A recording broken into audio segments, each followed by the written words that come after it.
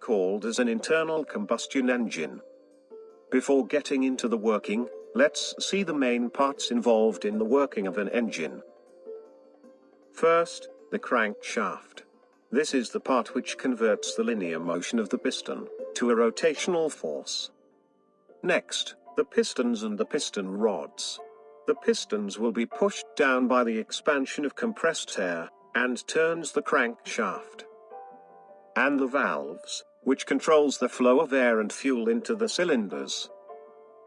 These valves are driven by the intake camshaft, and the exhaust camshaft, and the camshafts are driven by the crank itself, using a timing belt. There will be idler pulleys, and a tensioner pulley, to hold the belt tight in place. This here is the internal structure of a 4-stroke, inline 4-cylinder, DOHC engine, which is commonly found in most hatchback and sedan cars. A 4-stroke engine should pass through 4 different strokes to complete one cycle to produce power. They are intake, compression, power, and exhaust stroke. The crank to camshaft ratio is 2:1, which means it will take 2 crank revolutions to complete 1 camshaft revolution. And the camshafts are designed in a responsive manner to open or close based on the corresponding strokes of each cylinder. Let's take a look at a single cylinder and see how a 4-stroke engine works in detail. In order to ignite the air-fuel mixture, a spark plug is used. This will ignite the compressed air-fuel mixture with the help of an electrical spark. We will take it down by each stroke. The intake stroke. The inlet valve opens and the downward movement of the piston creates a suction. This pulls the air-fuel mixture into the cylinder.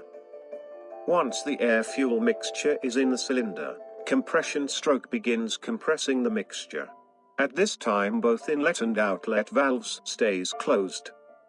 At the end of compression stroke, the air-fuel mixture is ignited by the spark plug. The explosion exerts pressure and pushes the piston down. This is the power stroke which produces power to the crank. At the exhaust stroke, the outlet valves opens and the piston pushes out the burned gas. The cycle starts again from intake stroke, keeping the engine running and produces power. For a carburetor engine, the air and fuel are mixed inside the carburetor assembly, and fed to the cylinders. In the case of a fuel-injected engine, the fuel is injected into the intake manifold, or directly into the cylinders. Since only a power stroke produces power, you may wonder how the engine turns continuously. Well, the answer is in the crank itself. The flywheel and the crank counterweights provides momentum, which keeps the crankshaft from stopping immediately. For a 4-cylinder engine, considering